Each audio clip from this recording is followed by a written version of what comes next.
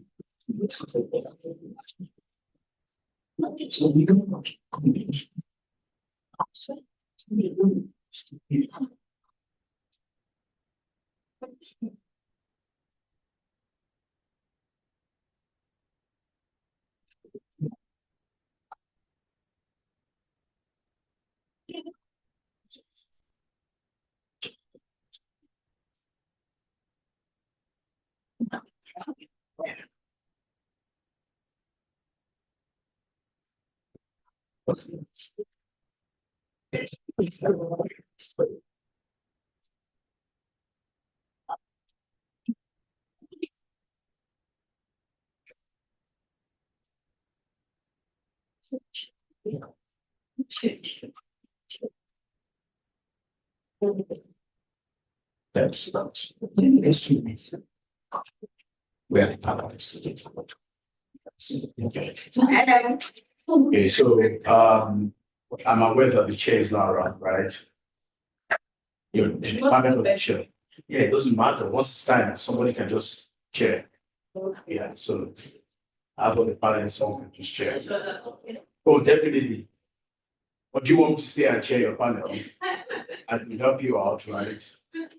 Well, anybody can chair the panel. Anybody can chair the panel. What page is that?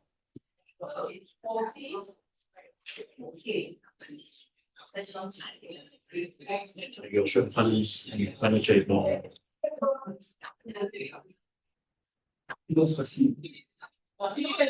She's 3-year-old.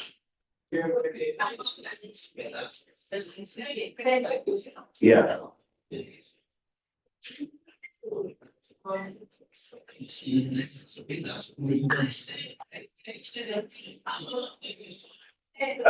Madam Okra, yeah, Okra. Who's presenting here? Chilling. Yeah? Okay. Who was it? You're the way one. You're the person about it. Check.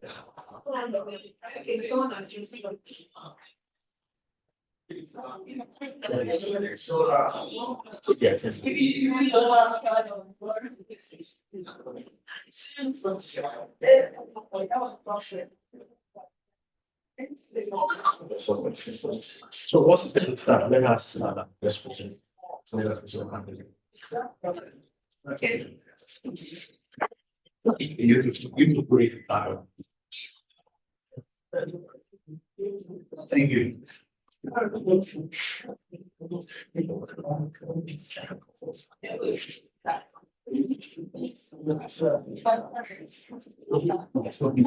Okay, good afternoon, everyone. Once again, can you hear me? In the absence of the chair, I think I'll just do the little I can. So for now, we have only one panelist. Don't know if there's any other person presenting, but there's only one person. So for that reason, I think you can take as much time as you wish. Okay, there are two. You're presenting. Okay, yes. Okay. We have two presenters. So, and this panel is for about 1 hour or thereabouts. So you can take maybe 20 minutes each for your presentation. Then the rest of the time we can do question and answers and comments. Only two are around.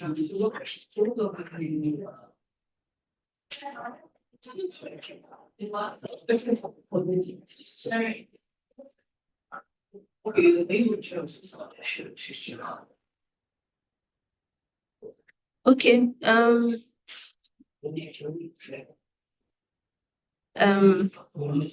Opara Ononi. I think that's the first presenter on the. Who's the first presenter?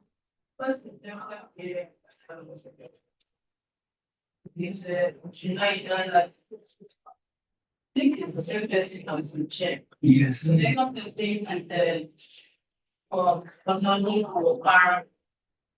Okay. Okay. Download is online. Okay, it's online. It's online. Let's do this. Yeah. Yes. Try to see. That is. Let me promote him.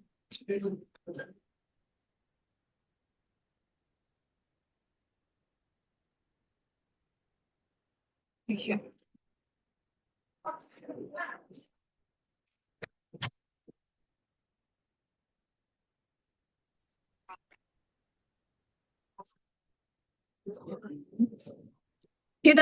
Good afternoon, Mr. Danladi. Please, can you unmute your mic? Thank you. Okay. Thank you.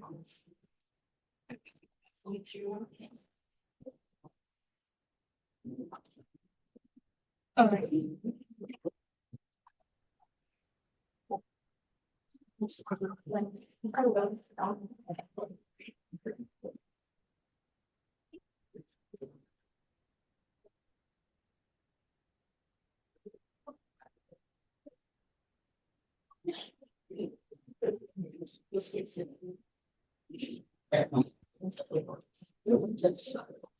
Hello. Yes, Mr. Danladi, we can hear you. You can go ahead. The time has started already. Okay, thank you. Okay, thank you very much for your effort. Sorry for joining a little bit late and for my ability to be here. And I'll be very happy to be there with you. Present and movie. Can I proceed with my presentation? Hello? Yes, we can hear Can you you, sir. hear me? Yes. Okay, thank you. Thank you very much. The title of my paper is on the power outage. Who's going to touch us again? Exploring social impact of electricity supply in Kano, Nigeria. You see, from the title is something that is very interesting because in February 2024 there was a protest mostly by Port Harcourt, where they are protesting against the power outage and them a lot of information about the power supply, particularly the power outage which is rampant in Nigeria. And I think that was part of the motivation for writing of this paper because the title, which was published by many Nigerian dailies, it was interesting to me because it reminded me about the importance of power supply in the life of urban settlers, particularly because you can see there is, based on their own perceptions, there is a connection between the power supply and the livelihood of urban settlers. So that is why, because in my earlier studies about the power supply in Kano, I have discussed the issue of process history and in particular the economic part of power supply in Kano. But now, based on the research that I'm doing now, I'm working on the social impact of power supply in Kano and by extension the other states in the north part of Kano. So that is my motivation. In this paper, I hope you can hear me now. Yes, sir. Hello? Yes, we can hear you, sir. Okay, can I proceed? Yes. Okay, thank you very much. This particular part is part of my research which is ongoing in progress and which is about social impact of power supply, particularly and how when there is no power, and by power I mean that the generally either through the public supply, private or even solar system, which is very common now. And if you look at it, in Kano, in Nigeria, the power supply started in the late 19th century, starting from the Lagos and later in Kano. Hello, sir. Hello, Hello, can you hear us, sir? can you hear me? I guess your network is pretty bad. Can you please check from your end? Yes.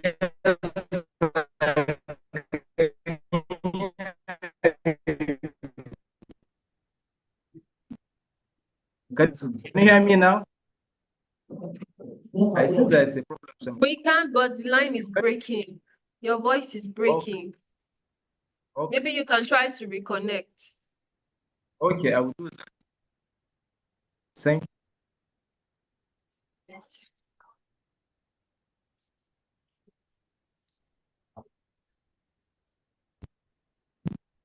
Yes, sir.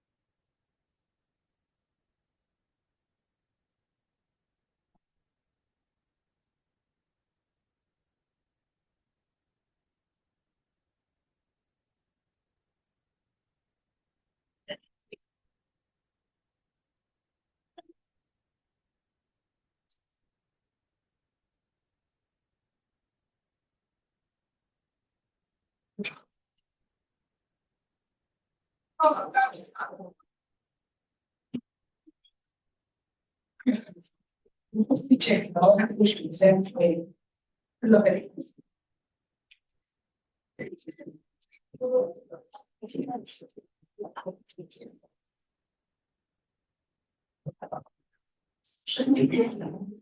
Yes.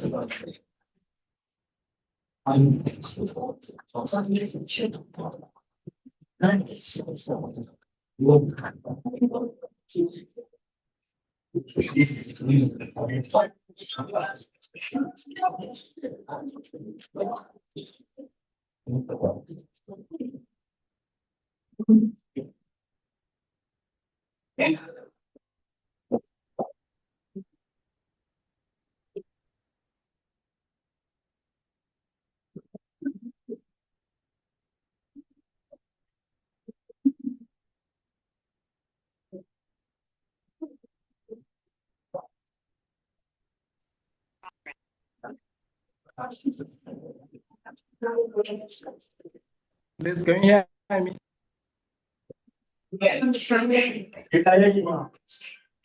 Okay, thank you very much. I hope they know what I need to present this particular paper because in every so you can hear me now.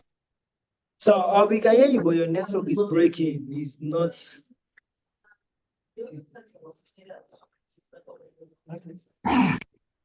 All right, please, sir. Okay, the paper started with the brief history of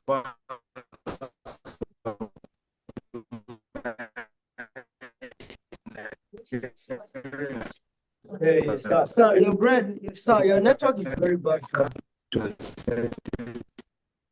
Late.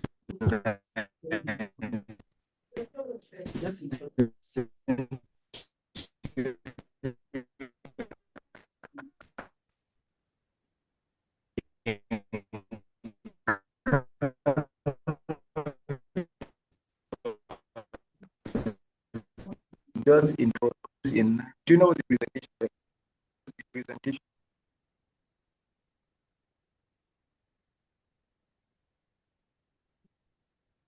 Hello. Hello, sir. Yes, I think since the network is not stable, you can continue the presentation. The Okay, other all right, presenters. all right, sir. All right, sir. Thank you, sir. Yes. Mm.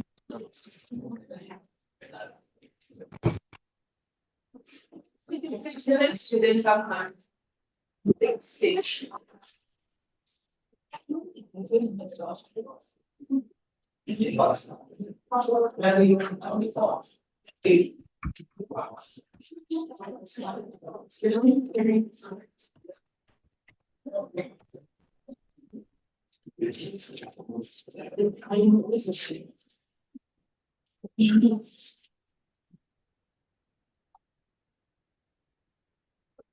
Yeah, everyone. Try not to let people make officers upload the attendance. My name is Elizabeth. All right, let's go. Okay. My name is Elizabeth Chiente Richard. Okay, I'm a doctoral, I'm a graduate student of the University of Port Harcourt. My paper is titled Port Harcourt, the evolution of a small town into a metropolis. The title on the program is different from what I'm saying. I sent a new title, a new working title, but it was not recognized. Maybe the name wasn't received, but that is the working title of my paper. Okay. Port Harcourt, the evolution of a small town into a metropolis. My work is shared into I have my abstract, my introduction, historical background, my theoretical framework, and the body of my work, and then conclusion. I don't know how many minutes I have, but I'm assuming it's 15 minutes or 12 minutes, 15 minutes. So I'll go straight to the introduction. Port Harcourt, the capital of Rivers State, and southern part of Nigeria, vividly illustrates the urban transformation and the economic dynamism of in West Africa.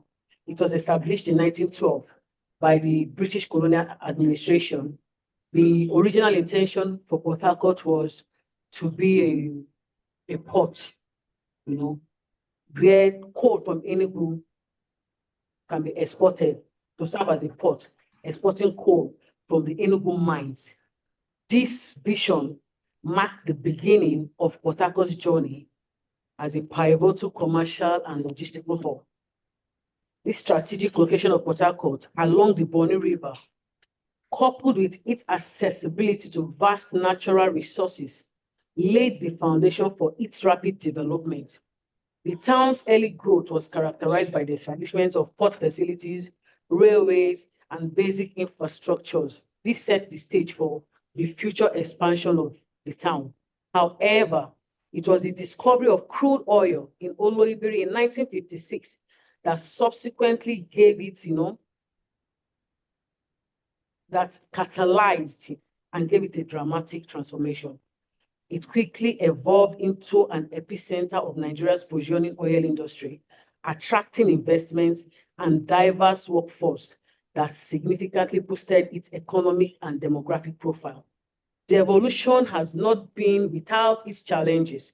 Rapid urbanization has led to some significant environmental degradation, infrastructural strain, socioeconomic disparities, and others. The city's landscape is a tapestry of contrasts, where modern skyscrapers and sprawling residential areas coexist with informal settlements and industrial zones. But despite all of these issues, Port Harcourt remains a vital economic powerhouse and a key player in Nigeria's economy. I'll go to my historical background. So, already stated above before, I said Port Harcourt was established in 1912 as a port too. And then I would say that served as, the basis for what Port Harcourt is today, that particular vision by the colonial government.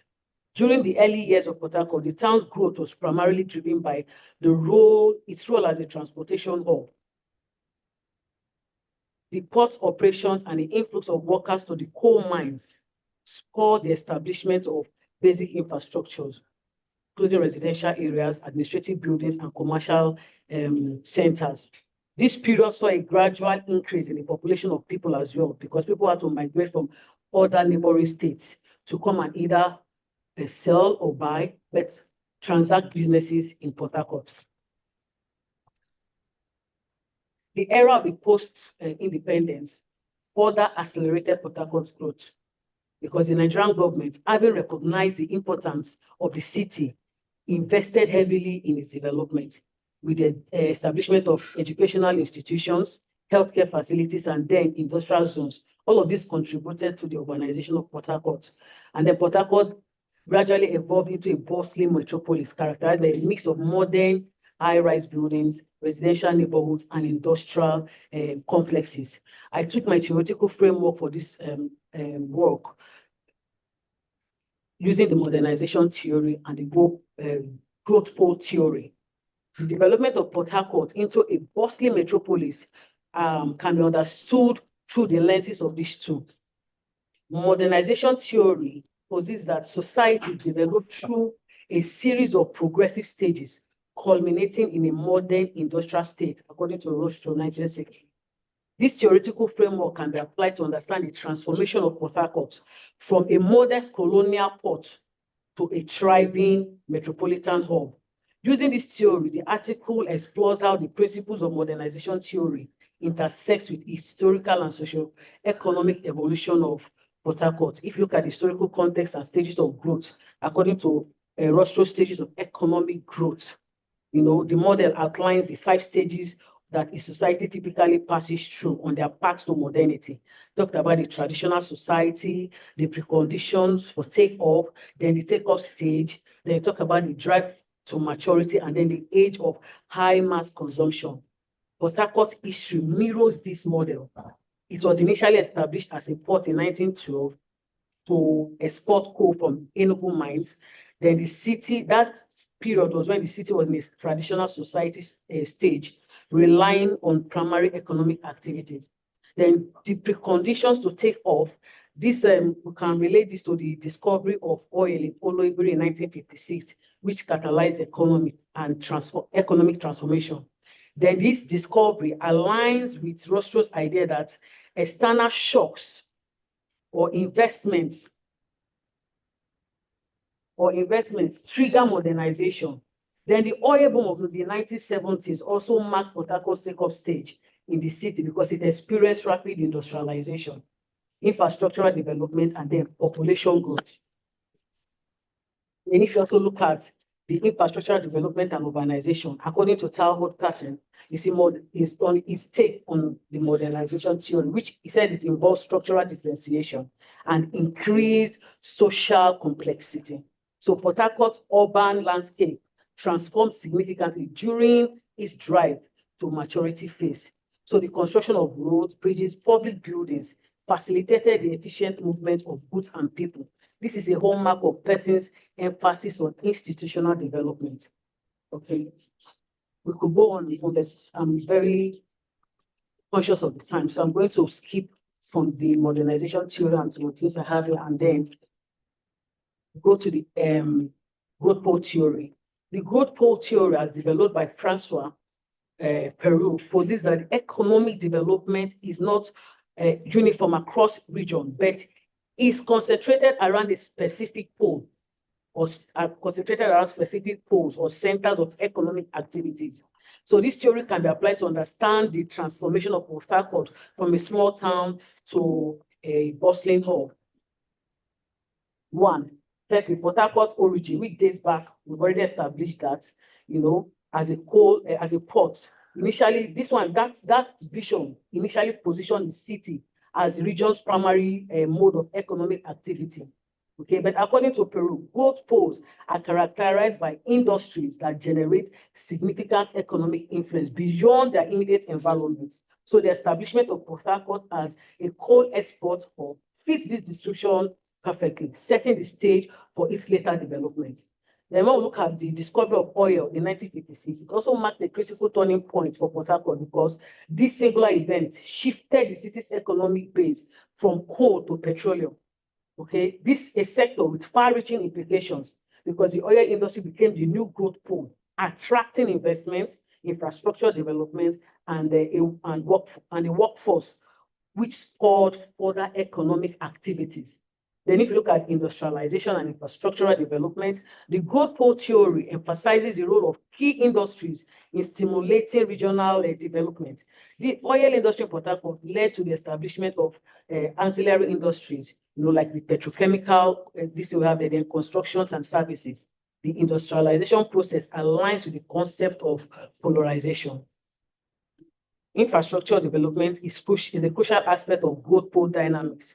The expansion of Port Harcourt's port facilities, road networks, public amenities facilitated the efficient movement of goods and people, thereby enhancing the city's connectivity and attractiveness for investment and to investors.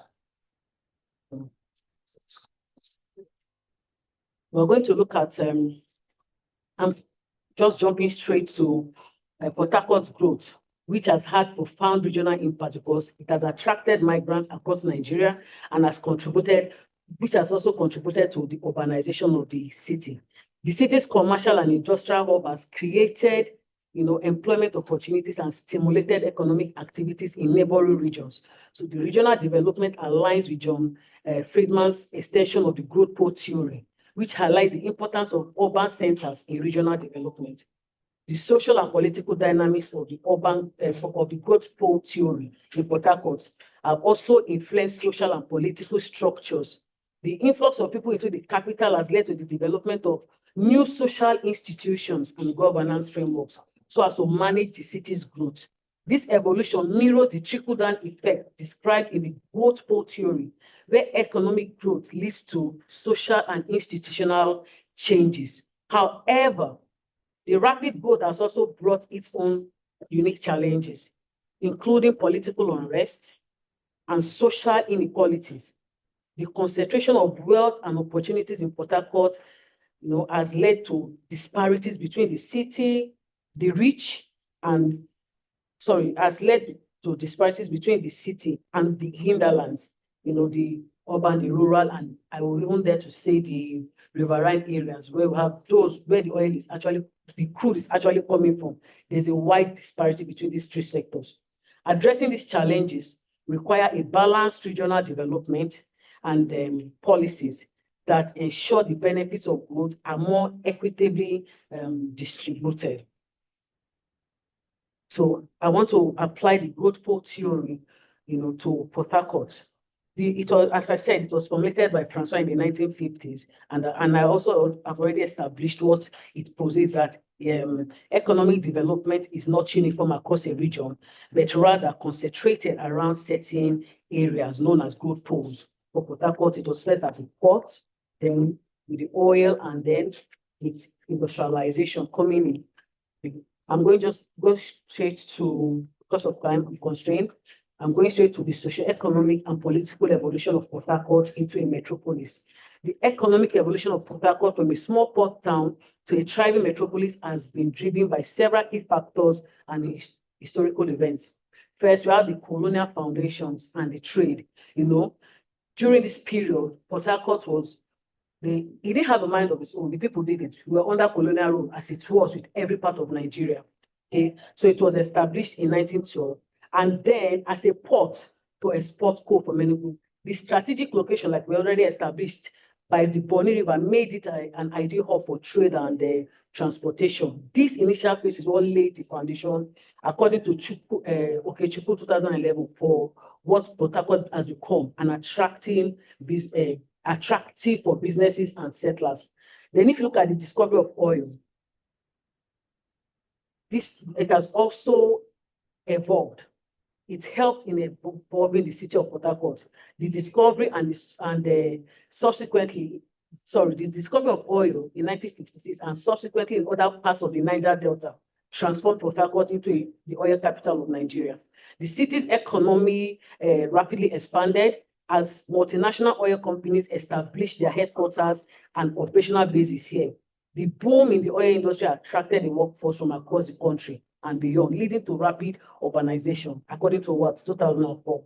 We talk about industrialization and infrastructure development, economic diversification efforts. All of this as a result of the socio-economic and political evolution of Port Harcourt, which I really love to expand on, but as I said earlier. So we talk about the commercial and financial hub of Port Harcourt City. This has also evolved over the years into a major commercial center, and the city has also evolved as a commercial and financial center in Nigeria.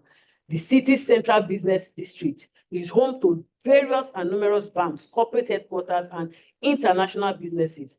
The Port Harcourt International Airport and the expansion of the port facilities have further enhanced its connectivity and economic significance. The urbanization and real estate development, the influx of people seeking employment and business opportunities has also led to significant urbanization. This rapid growth has driven real estate development with new residential, commercial, and mixed-use developments, transforming the cityscape. Neighborhoods such as Jaruwe, which means a government reserve area, and Trans-Amadi have become prime locations. There was a time you could get a plot of land there for something moderate, but now, sometimes even with 150 million, you cannot get a plot of land in these places I've called, because of the urbanization and the fact that it's a prime estate now for people. Then the challenges and the economic inequality. Despite its economic success, Port Harcourt faces challenges such as economic inequality, unemployment, and environmental degradation, which we'll look at in a few minutes. The wealth generated by the oil industry has not been evenly distributed. It has not been evenly distributed yet. If you go to Port Harcourt, there's no, from my own observation, and it's my opinion, I don't see a middle class. You are either up there or you are down there. There's no middle class. It's really unevenly distributed. So it's a case of like an irony or a paradox. So additionally, environmental pollution from oil spills and gas flaring has also had its adverse effect on the local communities and their livelihood. I've been giving my time for the reminded. So let me quickly do a rundown. I'll just quickly jump to urbanization. Urbanization here refers to the process by which rural areas transform into urban areas, leading to the growth of cities and towns. This transformation involves an increase in the population residing in those urban areas, a shift from agricultural-based economies to industrial and service-based economies, and changes in land use and infrastructures. This is typical of Port Harcourt. It actually was an agrarian community, but over the years, it has become just about the oil. Now, key aspects of urbanization. Some key aspects of urbanization, of Port Harcourt include, but they are not limited to what I'm about to say, population growth. It has witnessed some serious significant population growth since between independence and now. Then there's the economic transformation. The urbanization is closely linked to economic development as regions urbanize, or as Port Harcourt urbanized, there's this significant shift from primary activities, like I said before, like agriculture, to secondary and tertiary activities.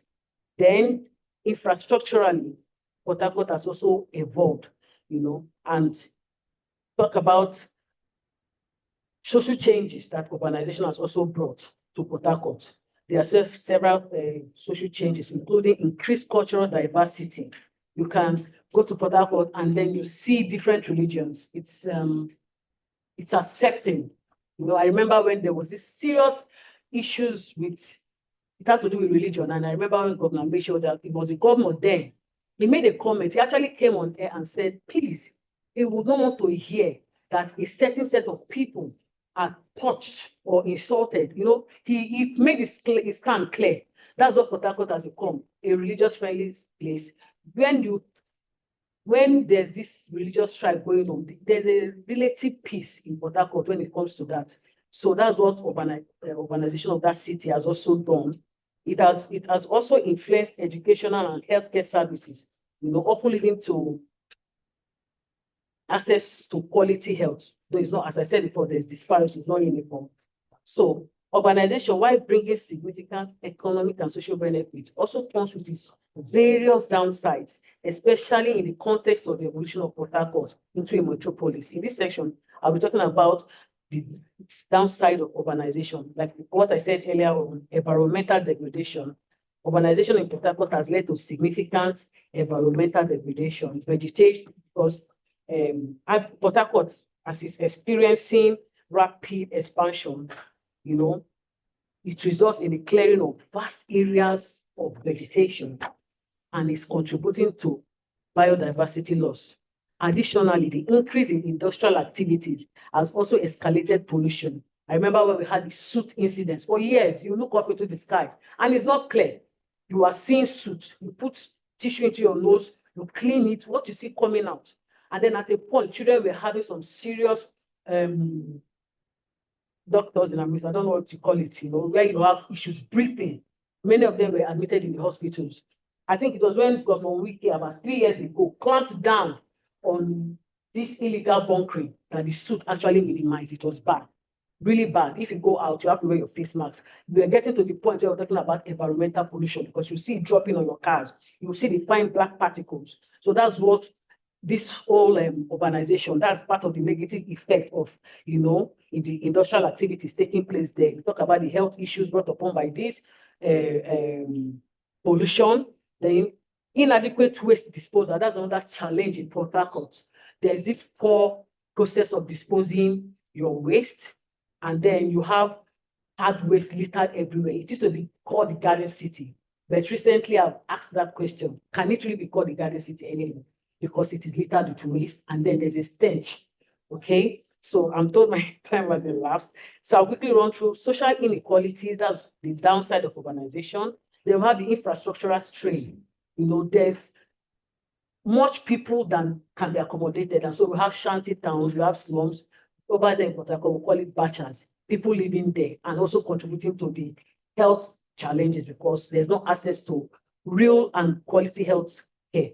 Then economic disparities, as already said. So in summary, while the transformation of Port Harcourt into a metropolis has spurred economic growth and development, it has also brought about significant environmental, health, and social challenges. Okay, and finally, as I conclude, one other thing that it has also done, because I appreciate history and I appreciate culture, I've also observed that urbanization has kind of contributed to cultural and social disruption. Display when you are pulling down communities because you want to create or dualize a road, you are displacing them, relocating them, resettling them. You are shifting and distorting what they've come to know, their cultural ideologies, and you are shifting it. So urbanization has kind of done that. If you go to Pogo, it used to be a wonderful community of people, but now you can go there and not remember what it used to be like because there's a massive dualization of road that has taken place there. So people who have known there, you've grown up with, you don't really know where they've all been moved to. That is the negative side of urbanization. Then the housing patterns, has also been distorted because of urbanization. Then we'll talk about, no, thank you very much. I have absolutely time. Thank you. Okay, it appears our chair is no longer on the call. So in his absence, I think we should just continue. I think everybody should present. Then after the presentation, we can now go for questions. So please, next presenter. Yes, and please let's try to keep to 15 minutes. 2 minutes.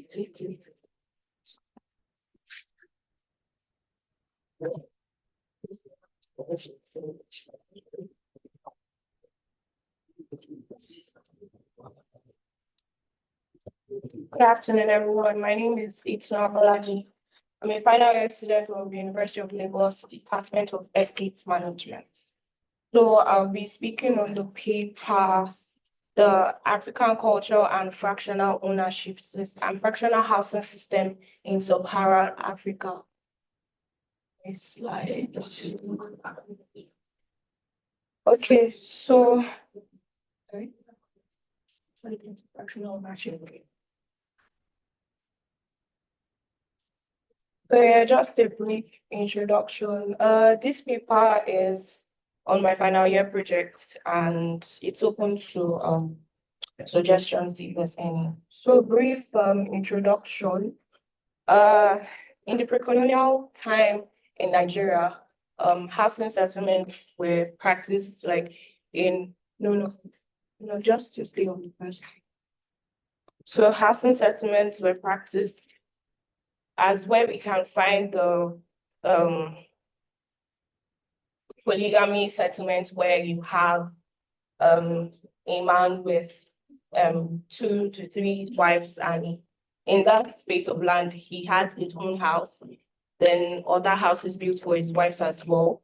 Then moving to the Agole settlements, which is called the family compound settlements, where you can have your a man and his siblings as well having their buildings in the same land and maybe extra space for parking space and events and so on. And also the northern states communal living as well. So after the colonial era came the sole ownership trend, where you can have one person own a building and it's just him, is his own. So then, but in recent times, with the rapid urbanization and the growth in real estate, it has brought about the innovation of fractional ownership. And fractional ownership allows co-ownership where individuals or investors can come together and own or invest in a property. And also for in terms of real estate, it enables the pool of resources for investing in high value properties and encourages sustainable practices and true shared expenses. So it's not only one person that bears the cost of that high-rise building. And also for small investors, it serves as a limited finance like they can also invest in income generating properties. And while the Nigerians abroad can also have further, like they can also boost the sector by also talking about the trends abroad and bringing it down to Nigeria. So the next slide is the presentation outline, where I've just spoke about the introduction. Sorry, can you go back, please?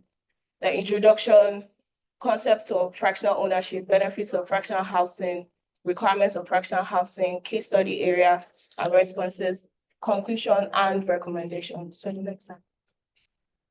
So concepts of fractional housing in Nigeria is a housing scheme or model which allows for investors or individuals, like I said, to come together and invest in a property. And there are key concepts in fractional ownership. We have shared ownership.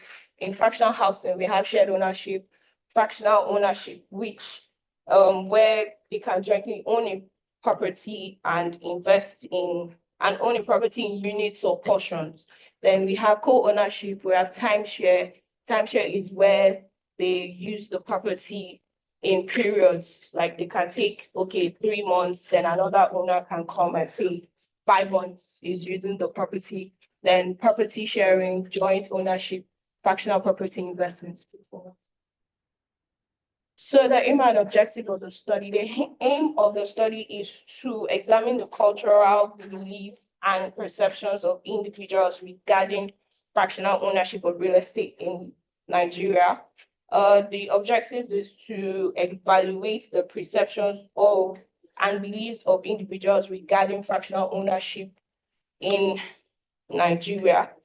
The second one is to discover the benefits of and challenges associated with fractional ownership investment in Nigeria. The third one is to ascertain the implications of fractional ownership investment practice in line with the future of real estate in Nigeria. This is the next one. So there are various benefits of fractional housing, and the first one is bridging the deficit gap, which is a provision to address housing shortage by means of vertical developments where you have high-rise and have people investing in it, whether for sale or rental. Then the second one is economic inclusion. This is by narrowing down the wealth gap, where it's limited finance friendly. You don't have to have the lump sum before you invest in real estate. The third one is increased investment, which can serve as an attraction to investors to diversify their investment portfolio.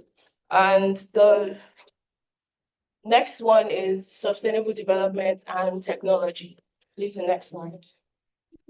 So before going into fractional housing, there are requirements you need to know before signing or entering a fractional housing agreement. So the first one, there are basic requirements. The first one is the legal structure, which defines ownership, responsibility, and rights. So you know your responsibility and your rights over your fractionally owned unit. Then the second one is management agreement, which outlines the property, how the property will be maintained and managed. Then the third one is clear ownership shares, where you have to clearly state whose portion is which or how many units is yours and your partners. Then the fourth one is financial agreement. You have to draft out how the outgoings of the property will be shared amongst owners or occupiers of the property.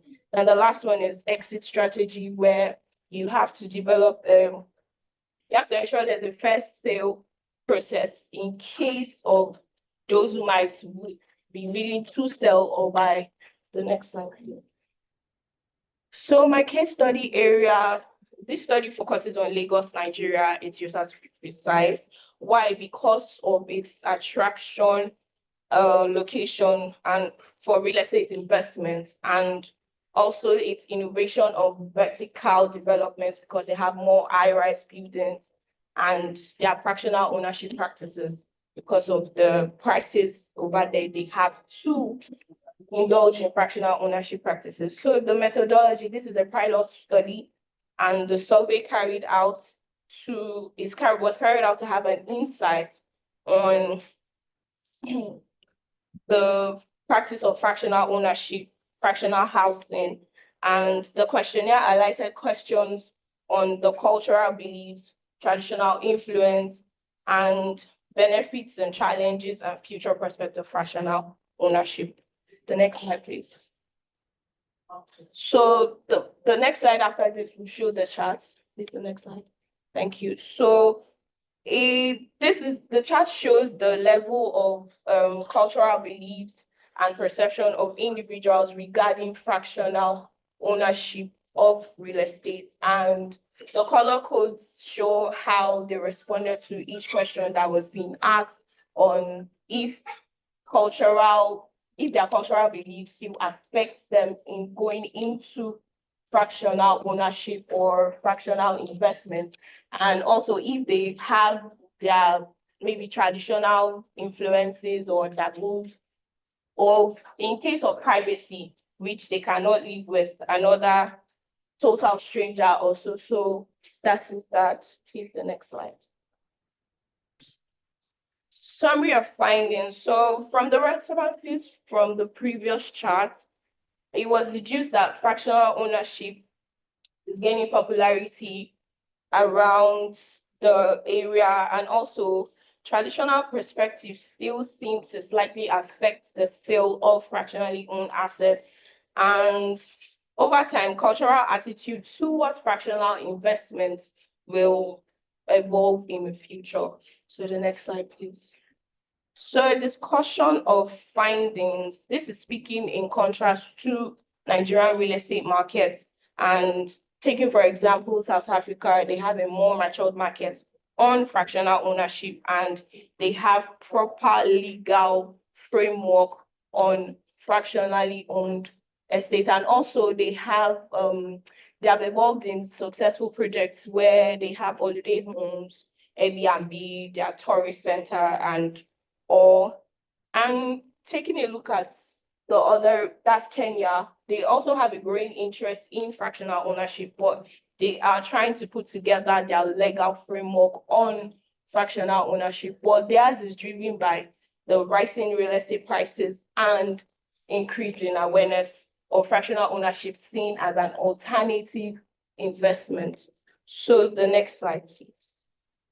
So my conclusion and recommendation. Conclusion is, with the Nigerian real estate market still growing and the current issues of limited access to funding, land disputes, and also bureaucratic hurdles, this sets an opportunity for innovation, and also it's which fractional ownership practices is one of them that allows exploration in our emerging markets. And also recommendation, this study suggests that implementation of fractional ownership with proper legal and regulatory framework to protect the interest of investors and transparency, ensures transparency and secured management. Also, the use of technology can also encourage transparency, and the educational campaign for this is to further inform investors on fractional ownership benefits, and which can drive the growth of Nigerian real estate sector to the next level. And the next slide shows the references that was used and paper used for this. Thank you very much.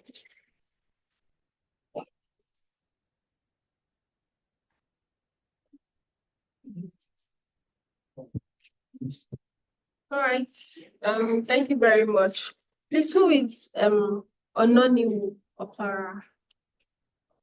We have Anonymous in the house. Okay, and I don't think this person is online. Okay.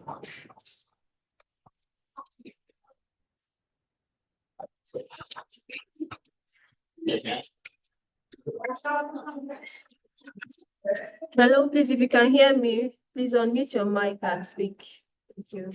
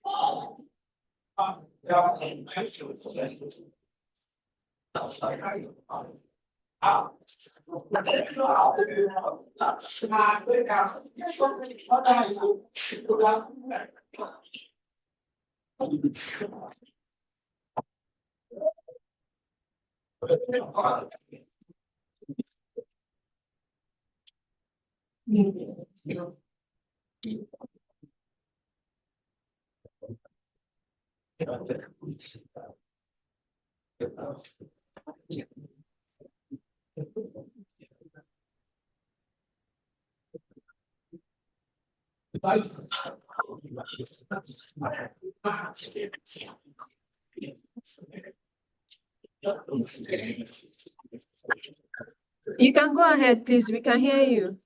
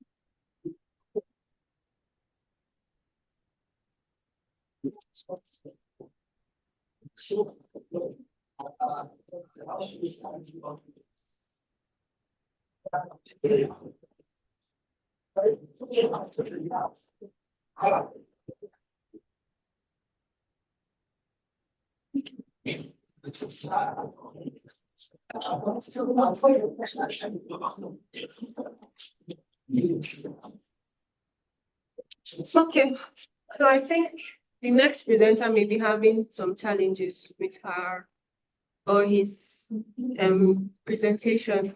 So I think we can go into question and answer session. If you have questions, you can direct to whichever presenter. Okay.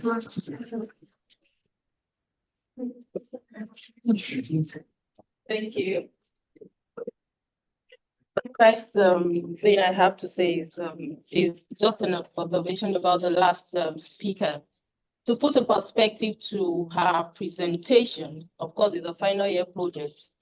Functional housing in this part of Africa, most times we prefer to live in, we just have a building and a big compound and everywhere to ourselves. But we found out that with the increase in population and the housing deficit gap, there is need to do something, sporadically that would help reduce the housing deficit gap that we have currently. And then we said, okay, it will be a form of solving the housing deficit gap as well as a kind of investment opening to investors. Now, for instance, if we have a plot of land and we have a 6 units of apartments in there, and then it's being sold. By so doing, you have been able to provide housing for at least 6 families, instead of just one family occupying just one plot. That's the whole thing that this project is all about. But if you have other ideas, you can just chip it in since the project is ongoing. That's that. To the lady who did the presentation on the about urbanization, the impact of urbanization on culture and the likes. Yes, if you have said that urbanization has a negative effect on the cultural aspect, people living together, displacing, some form of people, what would you say is an alternative to urbanization? Because sometimes we would not want to say because we don't want to displace culture and the likes, and then we leave our cities haphazardly. So what would you suggest as an alternative to urbanization in order not to displace this set of people that we are talking about, the informal settlers? Thank you.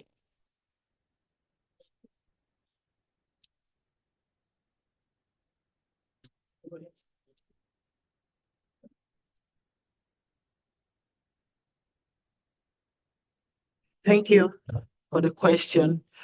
Well, first and foremost, I spoke about the positive side and the negative side of it. Is there not an alternative?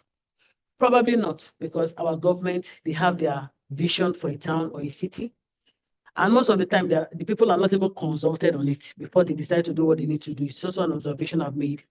So if there's an alternative, I doubt it. The reason I'm saying this is because there's a landmark market in Port Harcourt. It's called Slaughter Market. There's also another landmark site in Port Harcourt. Is a water collecting point somewhere between Obuna and let me not describe it, you may not be familiar. Now, our government, they tell us they want to develop, they want to do something, yes?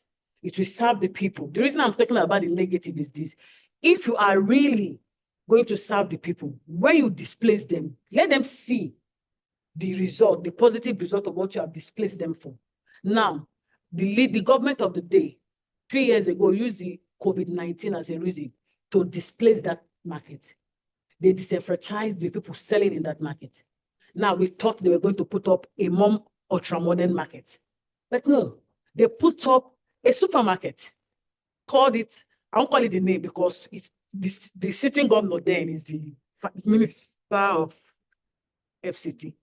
And everybody that was displaced, we're not even in this case relocated. And you see when you get to Slaughter, you see like 80% of the sellers and buyers, they are on the road. Every time I pass through that corner, I ask myself, if there's a major incident or accident, the casualty rate will be high. Why? But that place that used to be a landmark, if you enter Port Harcourt and say Slaughter Market, everybody knows that market. But now what is there is a supermarket. It's not the rate of employment has also dropped because the people who were selling there before, at least they could feed their families. But now they can't. You employ maybe 30 people by displacing maybe 400 people. So that's why I'm emphasizing on the negative. It displaced people and then located them haphazardly. There's no proper planning. And I know I was constrained by time. My work reflects all of this. Thank you.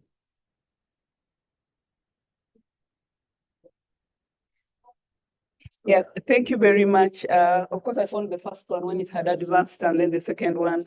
And my feeling with the presentation is that there is a straight way of which housing should be.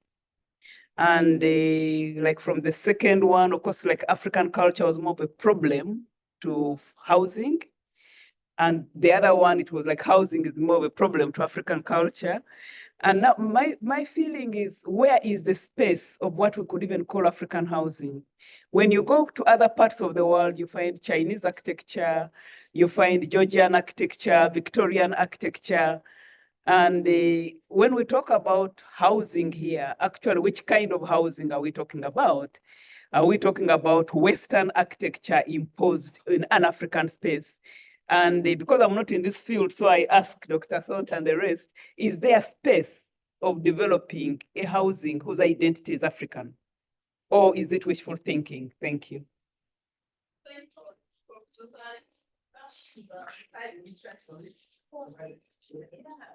Can I respond to that? Okay. Yeah, I'd like to respond to that. In Africa, we are polygamists in nature. Right now, currently, the Federal Mortgage Bank has developed houses, block of flats for people in the north, and they refuse to occupy because they have more than one wife, and they want to keep them in the same place.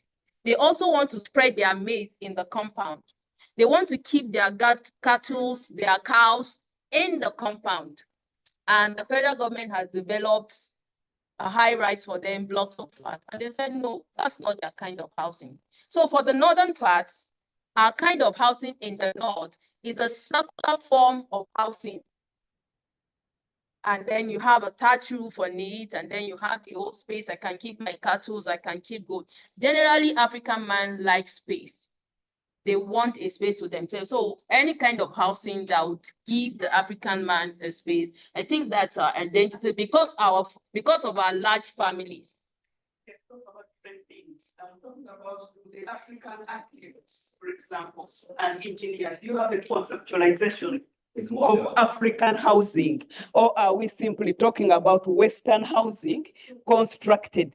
Because we're having this debate in my country of the whole thing that houses are put up and then African use them in haphazard ways. And the debate now is, isn't this time now for us to develop housing models that speak to African ways of life? Because if the ones we are putting up, Africans are being violated, we are going to end up stereotyping Africans as problematic people when it comes to housing.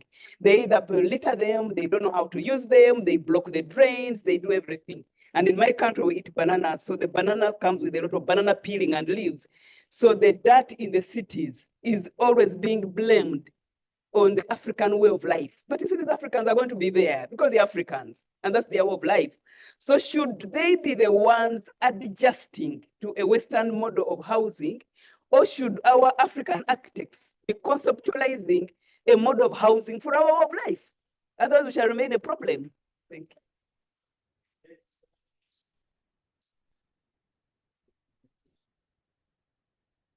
Sorry, thank you very much. So I want to thank the presenter who presented on the housing issue in Port Harcourt. Then I want to congratulate the presenter who presented on fractional housing because she's just coming up, and I appreciate the courage she have, in presenting at the conference.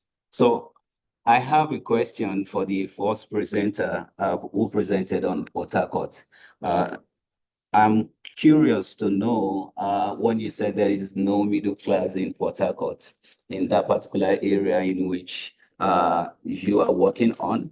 So I want you to explain better on that because I could see that you have no time, to dwell more on that.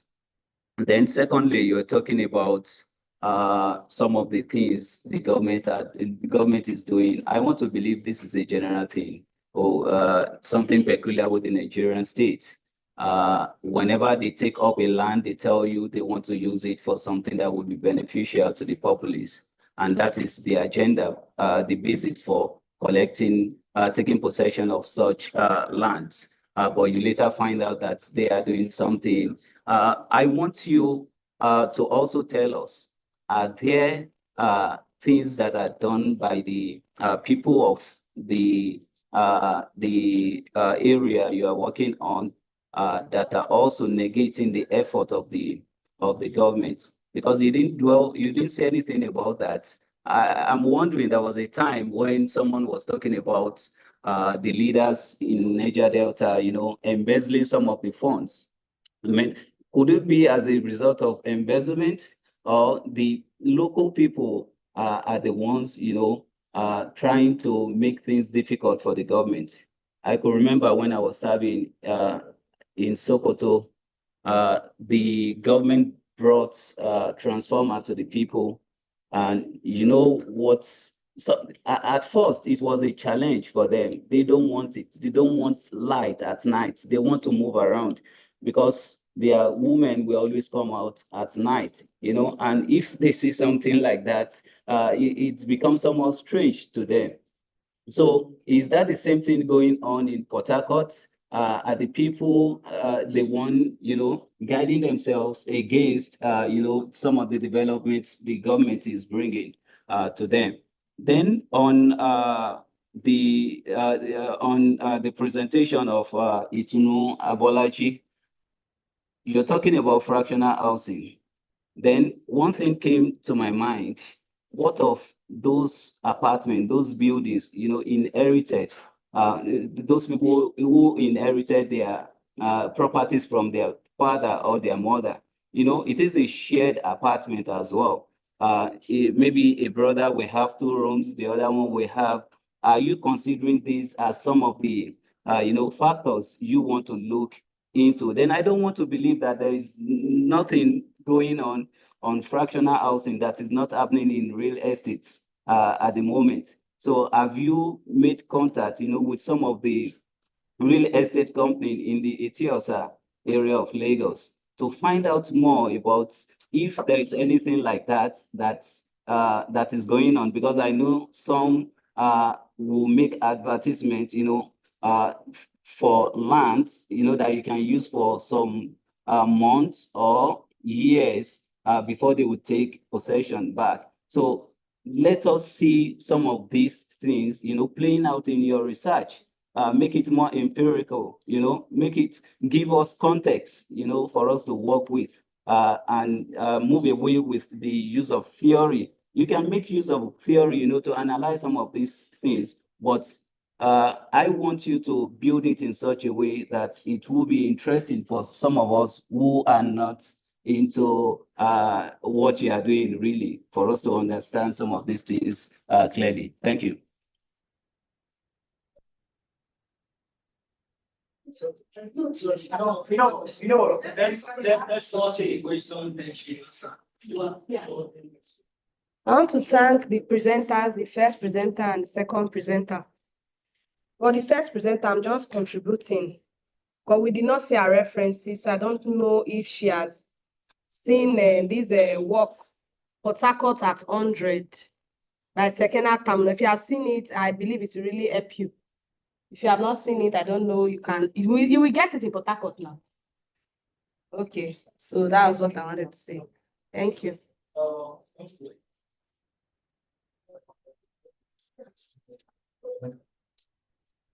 Good afternoon, everybody. My name is Sumbo. I want to the nice presentation, both for the first and second presenter. In response to the question Professor Sarah asked, if we have our own architectural style and all that, I wish that in Africa we do a bottom-up style of government where our plans, implementations, and every goodwill the government has from the people comes from the people. I think would have a better plan, and the people would not resist every change the government comes up with. But because the government actually, they stay outside the culture of the people, so to speak.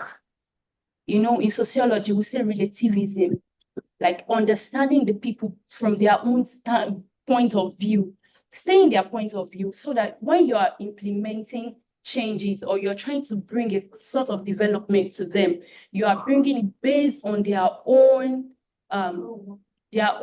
suggestion to you. Like, you want to help my life, don't give me the help you think I need. Give me the help I need. then you can then look at what I need to frame it better, would not resist it.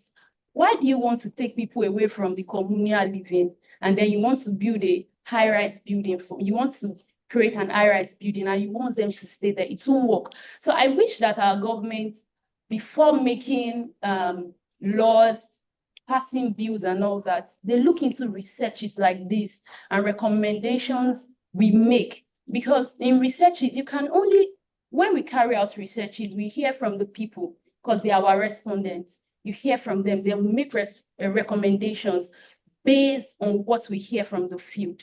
So I think that will go a long way, helping us understand the way of the life of the people and the solution to their problem.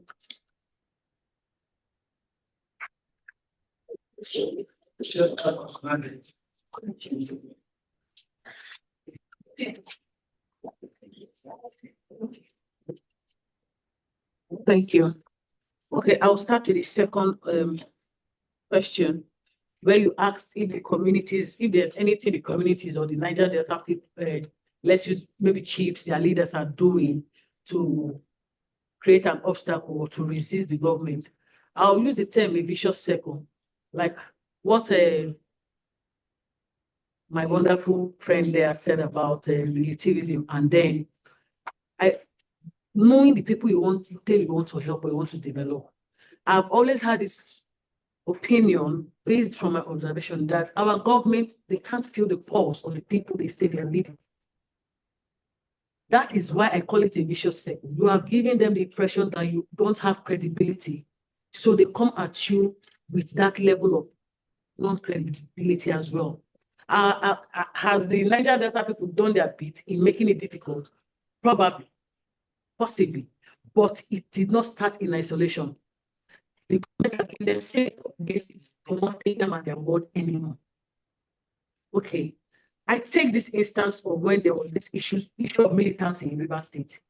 We were in the middle of it. We lost some people there. I know when we carried our loads and we're running like refugees in our own communities, all because you used young men and women, promised them something, and you backed out.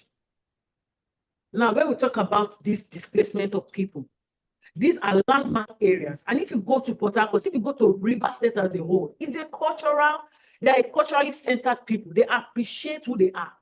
They are not afraid to exhibit their culture. They are proud like that. So when you want to take a slaughter and remove what has been there for more than, let's say, 60 years, you should go and meet the people and ask them, this is what you want to do. Do you agree? And if 90% says no, respect it, and that's why I appreciate the West, and let it be. But no, and that's why the moment the former governor left, there was a sit-out there. I know it was kind of political as well. But people sat down at the gate of that supermarket and started cooking, roasting corn, roasting plantain, demanding that the former governor come and hand back that land that he doesn't give it to him, that it is a family and communally owned land, and he has no right to seize it. So it's a vicious circle in that you didn't give me a reason to trust you.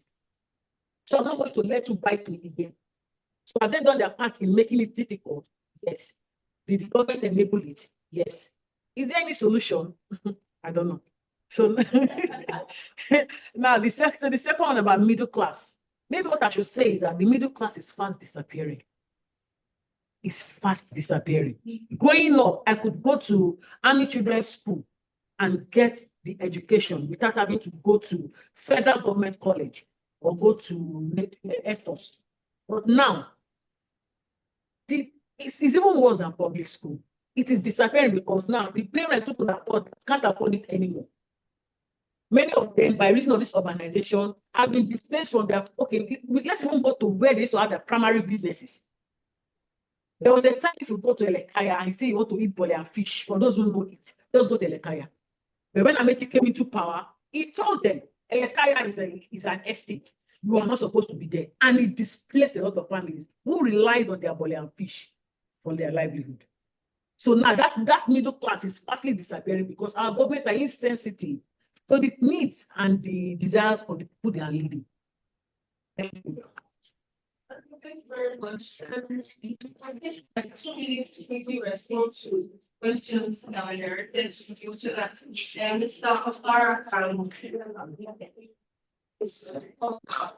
Okay.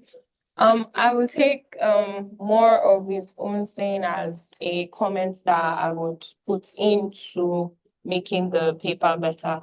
So about her own question, I feel like in Lagos currently, and say people that are living with families, they are profit driven actually, and they are also prestigious in the manner that if their houses in their neighborhood is they are renovating, redeveloping, they will also come together and be like, okay, developers should take the property, develop it for them into like a block of 6 flats, then they'll share it each among themselves, and also they can say that okay, they can be occupiers themselves, where you have your landlord staying in your house and you have your flats, and also it's more or less like in Lagos, that is what is driving the high-rise buildings, fractional ownership, and all of that. That's the comment I have to say.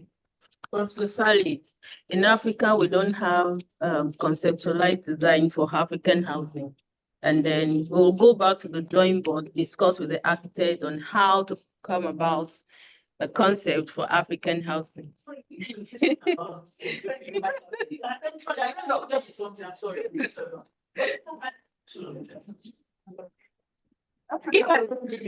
If I could, I actually bought your idea of our cultural belief because it's what brings, when we talk about this whole conception, it comes from a place of normal, your traditional and cultural beliefs. And that, what you talked about housing in the north, because I've also served and lived in the north, can also be said of the South Niger Delta. If you go into the hinterland, that is the kind, they love their space. So when you go to their house, you see the white space at the center. Families gather, you either pick your, do your periwinkle, you know, the room, there's a gathering, it's a communal kind of living. So we have a cultural, we have a conceptual system of housing, but let us not forget that we are colonized.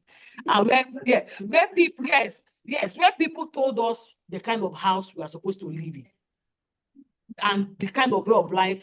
And this is part of the urbanization. If you can marry all of this we are talking about, you urbanize the mindset of people, change their way of reasoning, and you tell them that this is how you want them to be. But I believe that we, as Nigerians, will have our own local traditional concept of housing, but we did not just flesh it because of, like I said, colonialism. Concept of utilization of space, the domestic space. And of course, Nigeria were not born living in streets.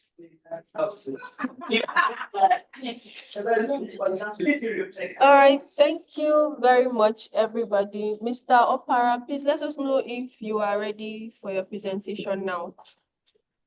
Okay, thank you very much. All Can right, you good hear to me, have you. please? Yes, we can hear you. Please, you have 10 minutes for your presentation, then we'll take 5 minutes to comment and question you. Thank you. You can go ahead. All right, thank you very much for giving me the opportunity. My name is Ononu Opara, a PhD student of University of Nigeria, Nsukka. Without wasting much time, let me go into details of what I want to do, present. That is, my topic is challenges of urbanization in Abakaliki. Abakaliki is the capital city of Ebonyi State, and the period the paper is covering is from 1996 to 2022. Now, Abakaliki is classified as a third-class township in Nigeria, like every other state in the southeast, apart from Enugu, that used to be a second-class township. Abakaliki was created became a capital in 1996 as a result of the creation of Ebonyi State in that 1996. And since then, they have had a lot of transformation despite challenges they are facing as a result of an urban center. Generally speaking, what I want you people to take note is that when we talk about challenges of urbanization, most of the things I'm going to say here, they are not peculiar to Abakaliki. They are somehow general issues or challenges that Southeast or Nigeria face in terms of urban growth and development. One major part we are going to look into is the issue of concentration of population in an urban center. For example, as soon as a capital is created in any part in Nigeria, it is expected that the place will turn to become an urban center with immediate effect. Government agencies, banks, and other things will be located in that city. And with that, those things are going to draw population increase in that city. And when we talk about urbanization, for instance, most times we try to look at infrastructural development. And when you look at urbanization generally in Nigeria, or maybe let me say conventionally, you find out that urbanization has little or nothing to do with infrastructural development. The primary meaning or the primary focus of urbanization is population. You have to take population increase of a particular area into consideration before you start talking about an urban center. It is as a result of that population increase that now led the government or people in the area begin to look into infrastructural development. So what I want to say in summary is that population comes first when you talk about urbanization, then infrastructural development followed. Infrastructural development is just like as a result of a response to that population increase. But when you look at it generally, you think that it's all about electricity, water, and the good road that makes an urban center. First, it's all about population. Now, let me pick a few things since I don't have much time. The areas I'm going to look into on challenges of urbanization in Abakaliki. Now, for instance, let's look at the health issues in Abakaliki. In every urban center, commonly in the Southeast, and I'm sure all over Nigeria too, you have different types of medical facilities available for the people. And it is always in common to see that the urban center has more medical facilities or access to health than the rural areas. Now, something very, will I say, peculiar happened to Abakaliki as at the time they became a state of their own in 1996. Then after Samegu, from 1999, when Nigeria returned to democracy, to 2007, then Elechi came in as a governor. And they had a minister of health from their state named Onyebuchichukwu. Of course, when you have a government, top government functionaries in your area, it is expected, especially at federal level, that they attract one or two projects back home to show that when they were minister, this is what they brought in their own state. In the case of Ebonyi, they tried to bring the attention of the federal government in the health sector. And what they quickly did during the time of Elechi was to quickly convert their general hospital to a federal teaching hospital. In fact, as at that time, Ebonyi became the only state that has a federal teaching hospital that is not attached to any university. Of course, in Nigeria, we know that when you talk about a federal teaching hospital, you look at teaching hospital to which university. In this case, there was no university attached to federal teaching hospital in Abakaliki. They converted the general hospital to federal teaching hospital. Now, it is expected that now the state has handed over their own general hospital to federal government and named it teaching hospital, and federal government took it over every responsibility. It is expected that they should have gone ahead to build their own general hospital. The implication is this. In the Abakaliki town, the government somehow, washed their hands away from anything that has to do with primary health care. They left it wholly to the federal government in such a way that the teaching hospital became overwhelmed by the population of Abakaliki. The implication now is that Abakaliki was no longer having a general hospital of its own. If you want to have access to a general hospital that is owned by the state or controlled by the state, you have to move outskirts to Izambo, to other areas of Afibo, where they now have general hospital. So when you talk about waste and road construction, initially it used to be known as a dust of a nation, but something happened that I wouldn't know whether it's a coincidence. From my observation, every government section in Abakaliki, they have a way of focusing on a particular issue. Like during the Samegu, when they try to do expansion in Abakaliki to expand their ministries and create government awareness within around the town.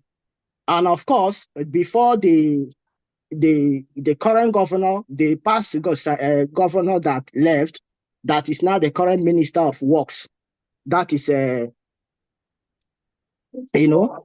try to have a road construction in Abakaliki in such a way that it became the talk of the town.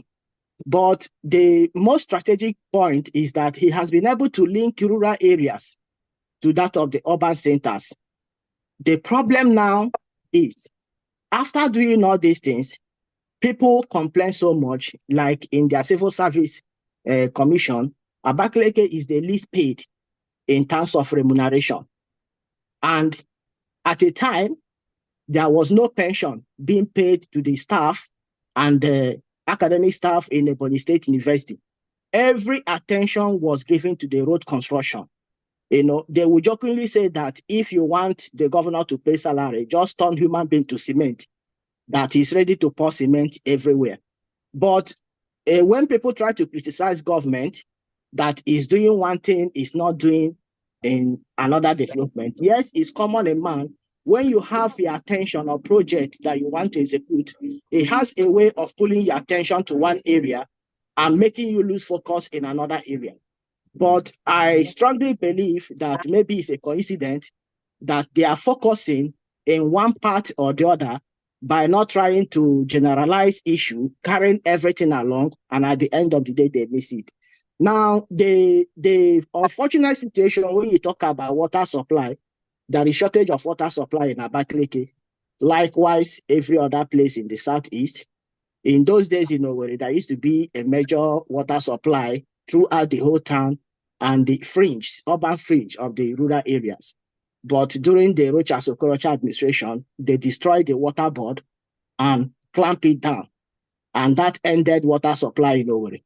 In Abakaliki, Martin Elechi, decided to have a water project that I'm not too sure of what they say, but they said it was the biggest water project in West Africa at that time.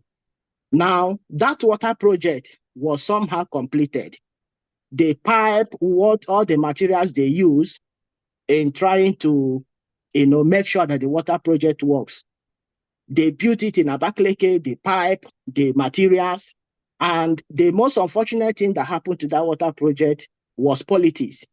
Because he had problem with the governor that came in after him, that is Dave Umahi. As soon as Dave Umahi came in, the water project was completed. What was left was to pay for maintenance fee, the consultation fee for maintenance fee, that will enable the people to master it, and the contractors that built it to hand it over to the indigenous people of Abakaliki. And that project would have cost them about 200 million. As soon as the governor came, because he had political problem with the outgoing governor, that water project was stopped. In fact, if you visit a place called Ikwo in Abakaliki, you see exactly the amount of money they put in that project. If that had happened, I'm not sure there would have been any state in Nigeria that would have competed with Ebonyi State or Abakaliki in particular in terms of water distribution in the urban center. Now, electricity, for example, is also like every other place in Nigeria. Their own electricity band covered the Abakaliki area and some part of southern Benue, all the down to Obubra. So the electricity is not properly distributed. The town, even in the town, is power, epilepsy. These things are not peculiar to Abakaliki anyway, but it's common in the town. So I don't know if I still have time. Yeah, we'd love to give you more time, but we have another panel in a few minutes. So please conclude for your work. Thank you. Okay, thank you. Okay, so if there's any question or contribution, comments, let's have it now.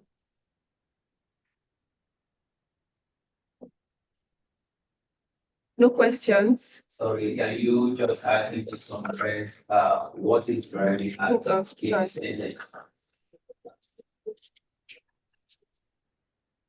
Sorry, I just want you to give a summary because you are not allowed, you are not given more time, to express yourself and what you are driving at. So in a sentence, can you just explain to us what your main argument is?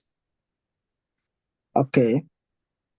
In a sentence, my main argument is that I'm trying to look at the challenges of urbanization in Abakaliki and most of the challenges that are somehow peculiar to the people.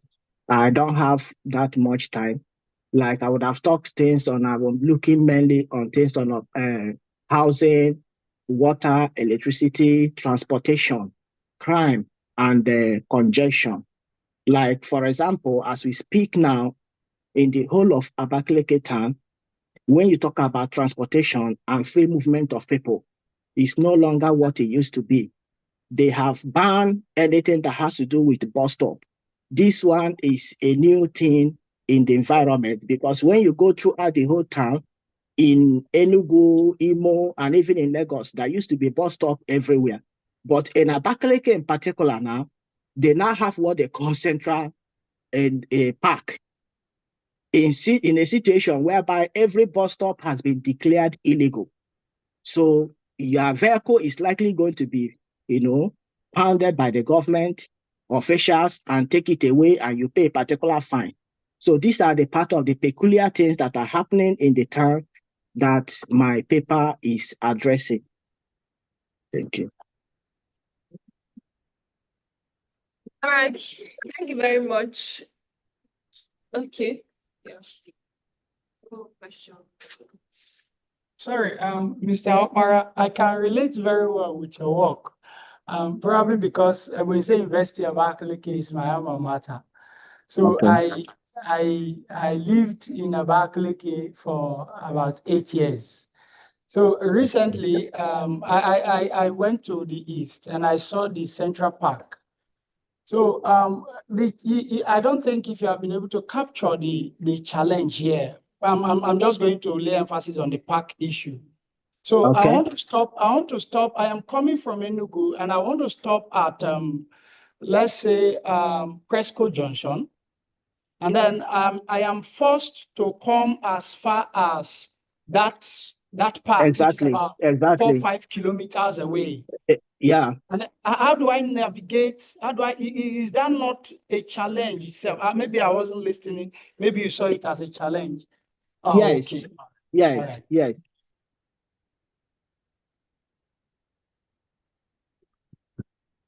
All right, thank you very much. All right. Thank you. Yeah, I would have loved to give everybody extra time to talk, but we have another session which will be starting. It's supposed to start by 5:15 already. So for that reason, we would end this panel now. Thank you very much for your time. Thank you. Thank you very much.